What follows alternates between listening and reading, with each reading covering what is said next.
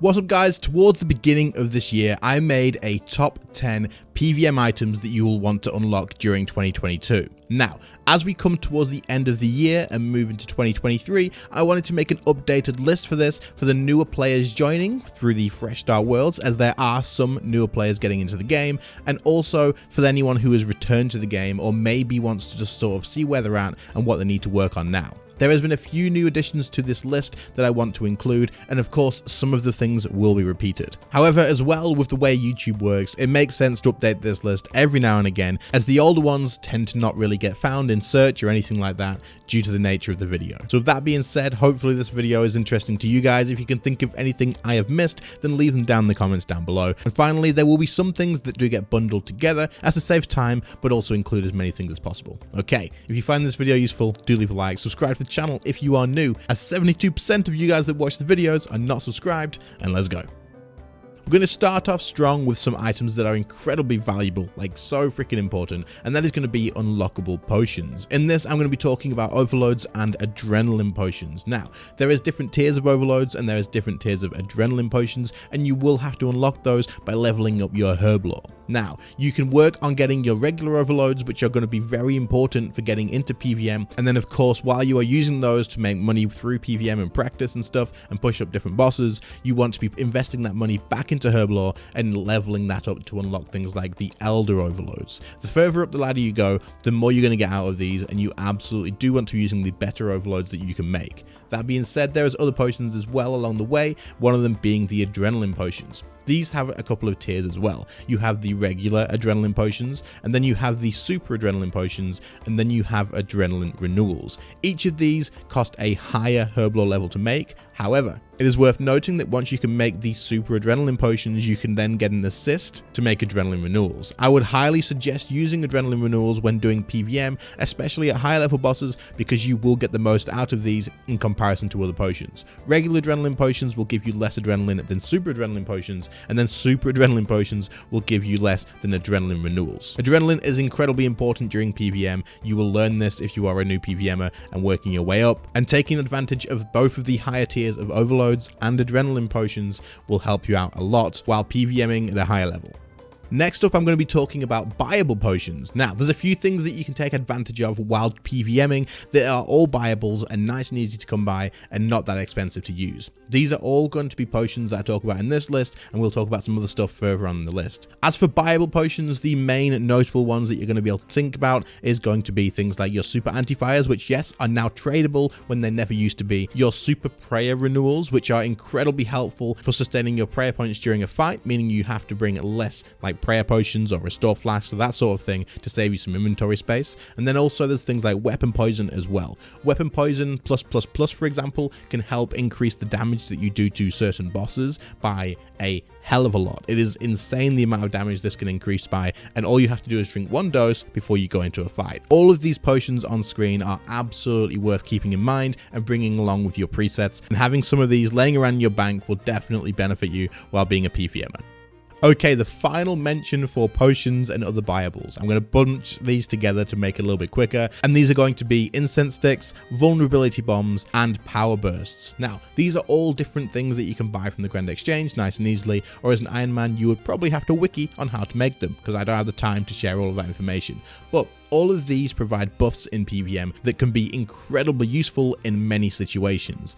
Incense sticks can give you buffs such as increasing the amount of damage that your weapon poison can do, extending the duration of your overloads and other potions, and then there's other ones that can help your familiar output more damage. You can combine those with things like spiritual prayer potions as well to also get some more damage out. Power bursts, on the other hand, can provide you with temporary boosts that can give you a lot of advantages. For one, the power burst of vitality will double your health temporarily, which basically means that you can either tank a massive big hit in comparison to normal, or it means that any damage you take during that time will technically be halved, as when your health reduces back down, you will just go back to half of your current health. And finally, vulnerability bombs are incredibly useful and should be used in all situations almost, as they give you a flat 10% damage increase on the target that lasts for 1 minute. You will see all high level PVMers using these because they are just a great way to get some effortless extra damage. Keep all of these in mind, build up a bit of a stock on them, and you will find use for all of these items, absolutely. The next items on this list won't take long to cover. These are rune pouches and quivers, which you can store ammunition and runes in. These save a lot of inventory spaces, but that being said, they also have some other benefits as well. For example, with a quiver, if you have a bow and then you want to switch to crossbows, if you have bolts in the quiver and arrows in the quiver, as it takes 2 slots, it will automatically switch the ammunition for you, saving you the job of doing it. This is incredibly useful if you ever need to switch from a two-hander to maybe using a main hand and a shield or a defender. That way the ammo changes over nice and easy and you can still use your defensives. As for rune pouches, if you get the grasping rune pouches, you not only can hold 4 different runes in these pouches, but it will also allow you to save some runes on each cast. There'll be a chance at saving runes every time you're using them, and this will save you a lot of money in the long run. So if you haven't already got these, or if you don't have them on your list yet, add them to it. These are incredibly useful. Next up is going to be the Infernal Puzzle Box. The Infernal Puzzle Box has a lot of helpful uses for PvM. That being said, the main one that most people like from it is that it will store your adrenaline while out of combat. The Infernal Puzzle Box can be found in the Zamorakian Undercity or Elite Dungeon 4 in the very first house. On the right hand side on the floor, you can pick that up. However, to unlock the buffs, you will have to complete different things. For example, to be able to have it store your adrenaline, you will have to complete the Civil War 1 mini quest. So you will have to go through and unlock certain things. I will link in the wiki down below if I remember. I will do my best to the actual link for the Infernal Puzzle Box, and you can go and check out all of the requirements and all of the buffs that you can get from this. There is many things, and it is absolutely something you will want to work towards at some point. The Infernal Puzzle Box is a newcomer to this list, of course, as it was released pretty recently. Next up, I'm going to be talking about the boots that you obtain from Raksha. These are the tier 80 boots for melee, ranged, and magic styles all alike, and they are called the Blast Diffusion boots for magic, the Fleeting boots for range, and the Laceration boots for melee. They all provide extra benefits and are incredibly useful and worthwhile keeping in mind for when you are building your PvM armory, I suppose you could call it. Each pair of boots will give you a buff for a certain skill. For example, the Blast Diffusion boots will allow you to charge detonate a lot quicker, meaning that the skill becomes a hell of a lot more convenient. The Laceration boots allow you to use the Bladed Dive ability with a two-hander equipped, which can make clearing AoE things like it Raksha incredibly useful, but it's also just convenience overall. The Fleeting boots will allow you to walk while using the Rapid Fire ability. Now, these may be a shock for any returning players to the game or any new players to the game, as of course being able to walk while using like Rapid Fire and stuff, or being able to charge your detonate a lot quicker, is a massive buff. These have been out for a while, but I didn't mention them in the last list, and I think they do deserve a spot, so I am adding them to this one. All of these boots have kind of dropped in price a hell of a lot and aren't overly expensive. You can grab them on the Grand Exchange for a few million GP each, and they are absolutely worth the coin that they come for. Okay, moving back into more common serious things. The next thing I'm going to talk about is the auras that you would get from the War's Retreat shop. The War's Retreat shop is a place that you can go and buy unlocks. Once you've killed certain bosses, you're going to get marks of war. The auras that you're going to want to get yourself from here are the DPS auras. These are going to make PvMing a hell of a lot better, and you will probably want to not really do PvM without them in the future unless in specific circumstances. For example, each DPS aura, which is the Maniacal one, the Reckless one, and the Berserk aura, they all will increase your accuracy and your damage output while slightly reducing your defense. However, getting the extra damage output and the extra accuracy usually translates into you using less food anyway at certain bosses, so the trade-off is 100% worth it. These auras will absolutely be worth unlocking and will be used almost every single hour in the future when you are PvMing. I still use these every single day. Every PvMer uses these every single day, and you will find yourself trying to reset these or refresh them once they have expired, because it makes such a big difference on PvM. To be honest, these are so good that it kind of sucks that they do have a cooldown in the way they work. It kind of limits the game a little bit. It is a little bit frustrating, but it is what it is. These are really too good to miss out on. You want to get these. There's other auras in the shop as well, such as the Dark Magic aura and Vampirism aura as well. These can both be useful in a lot of situations too. Of course, Vampirism aura will be able to help you learn bosses easier if you are struggling on food. And then the Dark Magic aura is just an all-round good DPS aura if you don't need accuracy. So save up those marks of war and spend them where they count, and grab yourself the DPS auras as soon as you can. Now, I'm not going to include weapons on this list because weapons are a given. Obviously, getting better weapons is very important. But I know for a fact that a lot of new PVMers fall into this trap of not paying attention to shields or defenders. Shields or defenders are incredible in this game. You need to take advantage of defense abilities in many situations, and any PVMer that is not taking advantage of a shield or a defender is basically missing a leg. Now, most people would say an arm because that's where you hold it. It'd probably be worse to PVM without a leg, and the shield is definitely something that feels like that. The shield and the defender gives you access to the defense abilities table, or at least the majority of it. You want to take advantage of these abilities in many situations because they can make your life a lot easier, but also there's going to be mechanics in the game that will require you to use these. As you move up the ladder of PVM and the ladder of bosses, you are going to realize quickly, yes, I need a shield, I need a defender, I need this. It is making my life so much easier, so much better. You have to get it. So invest in a nice, good, sturdy shield, or a tier 90 shield would be best. Obviously, the higher level shield you have, the more you get out of it, as some defense abilities do scale with them. And then there's some other outliers as well, such as spirit shields, which may be useful in certain situations as well. It is worth doing some research on what shield you want. However, people do prefer, in many situations, to also use a defender, which allows you to not only use your defense abilities at a cost, as they are not as effective in a defender, but it will also not reduce the damage that you deal by anywhere near as much as using a shield. So it is worth taking into account these things and deciding on what is better in which situation, but a defender will get you through most places without much hassle. For any of you returning scapers, or for any of you new players, you may not be aware that that Ring of Vigour that you may be carrying around with yourself to get that extra 10% adrenaline save when you use an ultimate, or save a little bit of extra when you use a threshold, you can absolutely get a passive unlock for this. To get the passive Ring of Vigour effect, you will have to complete the quest Extinction. Once you've completed this quest, you must talk to this person whose name is on screen for you right now because I cannot pronounce it, after you have visited the Dream of Ire. You will be given a warp gem that can be combined with the Ring of Vigour, which will consume the ring, but it will give you the effect permanently. You don't have to switch anymore. This is incredible. Definitely keep this one in mind.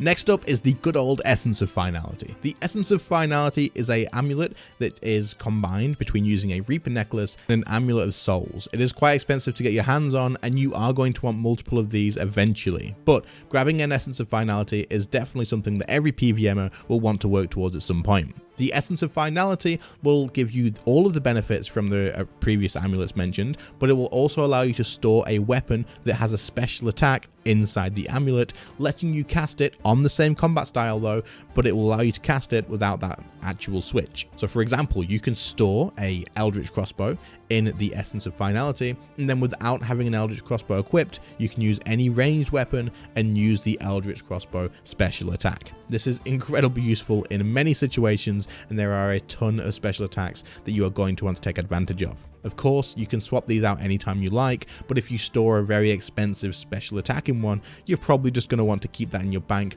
for when you do need it, and then get a second Essence of Finality, a third, a fourth, a fifth along the way. These amulets are incredibly useful. They give great stats. They are best in slot currently, and they will probably never stop being OP. They are just too good to not use. Next up, we're going to talk about the good old Enhanced Excalibur and the Ancient Elven Ritual Shard. These are both items that are going to help you recover your health and your prayer points. The Enhanced Excalibur, when you activate this, is going to recover your health over time, and the Ritual Shard, just the same as the Enhanced Excalibur, once activated, will recover your prayer points over time as well. These items being taken into certain places can help reduce the need for other inventory slots of food or other inventory slots of prayer potions or restores. These are incredibly useful, and I will link both of the items and all of the items on this list in the description down below so you guys can find on how to actually get these and unlock them and any other extra information you may need.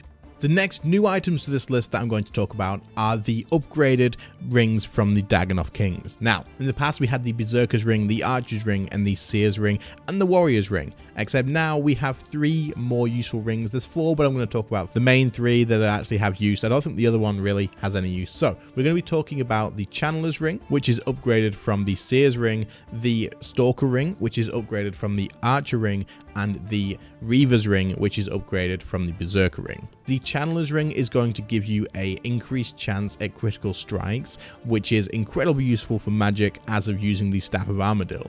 The Stalker's Ring is going to give you a flat 3% critical strike chance when using a bow. And then there is the Reaver's Ring, which will give you a flat 5% critical strike chance across all combat styles. However, it will also reduce your accuracy by 5% as well. The Channeler's Ring and the Stalker's Ring also have upgrades, which are enchantments, which will further increase the passive effects from these rings. Again, to save time on this video, I will link all of the pages for the wikis on the items below, as this is supposed to just introduce the items to you, and then all the extra information on obtaining the items and upgrading them will be found on the wiki pages.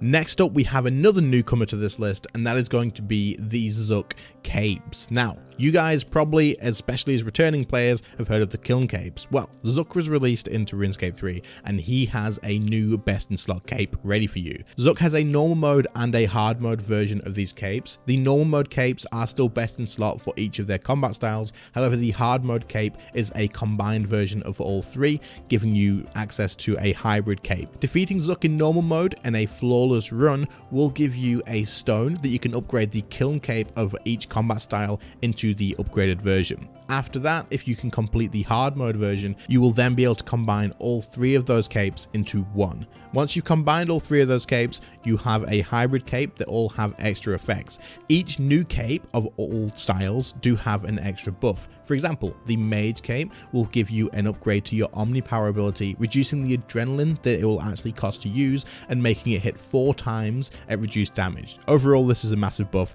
Omni Power is broken. Then the Range Cape will give you a dead shot buff, which will again reduce the adrenaline, increasing the damage it deals and increasing the duration of the bleed as well. So overall, a pretty great buff for the dead shot ability too. As for the melee one, the skill that it buffs is the Overpower ability, and it reduces the adrenaline cost and it causes it to hit twice. So these capes are absolutely something that all PVMers returning to the game, or all PVMers that are wanting to work towards unlocking stuff, will want to set their eyes on, because not only they are the best in slot capes with the best stats, but they have incredible unlocks and effects behind them as well.